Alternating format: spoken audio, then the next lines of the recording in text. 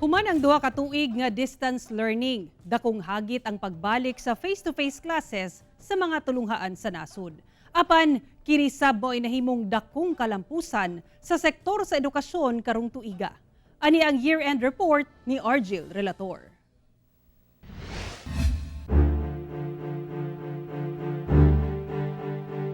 Sa pagkambyo sa administrasyon sa nasod karong tuiga, nabag-usab ang liderato sa Department of Education. Apan nagpabilin ang tumong ug tinguha nga makarecover ug mabalik sa normal ang sektor sa edukasyon sa nasod nga usa sa labing naapektuhan sa pandemya. Gikan kang kanhi Secretary Leonor Briones, si Vice President Sara Duterte ang mihulip sa posisyon ubos sa Marcos administration. Sa pagbiyat ni Briones sa katungdanan, gi-turn over niya kang VP Sara ang Basic Education Development Plan 2030, ang labing unang long-term plan sa sektor sa edukasyon sa nasod.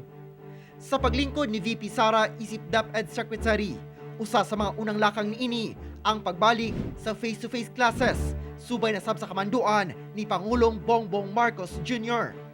We must ensure that our classrooms are safe for teachers, for students, and the entire academic community when they return to face-to-face classes.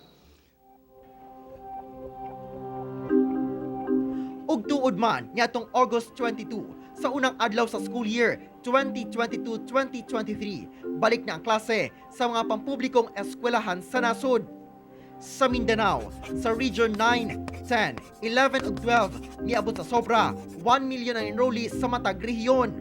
Samtang ana sa hapit 850,000 sa Caraga ug 920,000 sa Barm.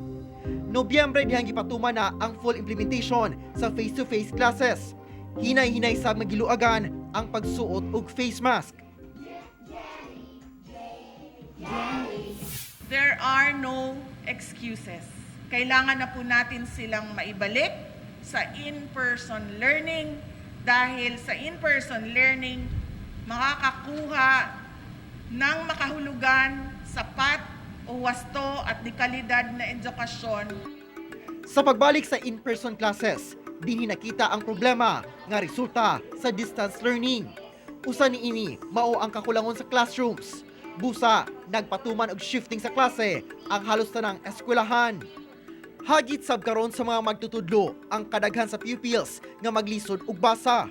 Busa ang mga reading center sa matag eskwelahan naglusad og mga programa diin nalambigit na sab ang mga ginikanan isip volunteers nga magpabasa sa mga bata.